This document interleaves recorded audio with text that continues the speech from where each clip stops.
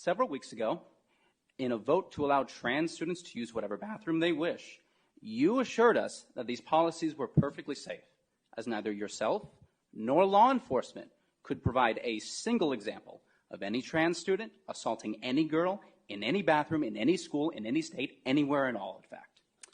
But not to worry, since you couldn't locate them, I took the trouble to. See, Loudoun County, Virginia, where last year, under district policy, a trans student was allowed into the women's bathroom where he assaulted a girl. To cover it up, they moved him to another school where he did it again. See, Irvine, California last month, where a trans student entered the women's locker room and flashed the girls there. When they confronted him, he mercilessly beat them. This happened again in Gwinnett County, Georgia. This happened again in Oklahoma City. This happened again in Ohio, where a trans man was allowed to use the locker room where he was arrested for flashing little girls. The judge dropped the charges after he ruled that this man was too fat for them to see anything. Last month, in this city, a man using they-them pronouns in a scene straight out of Silence of the Lambs hunted down and killed a female jogger because he, quote, wanted to look just like her. And before you say that these are anecdotal evidence, just note that in a survey of trans inmates in federal prisons, half were convicted of sexual assault and 90% were convicted of violent crimes, well above the general prison population.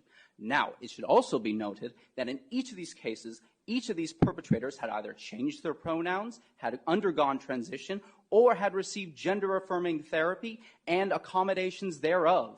Why is this important to note? Probably for the same reason we recognize as a society that you do not affirm that people with anorexia can be healthy in any way. You do not affirm that somebody with schizophrenia is hearing voices. And you do not affirm that somebody in a manic episode is having great ideas. Because when you leave somebody to languish in their false mental state, i.e. men who think they are women, they will inevitably lash out and harm themselves and those around them. Hurt people hurt other people. But I don't want to pretend and have the hubris to think that I'm going to be the one to change your mind. I'm happy to share any and all of these examples with you. But you will most likely leave here tonight believing that men can become women, affirming care works, and that you made the right vote.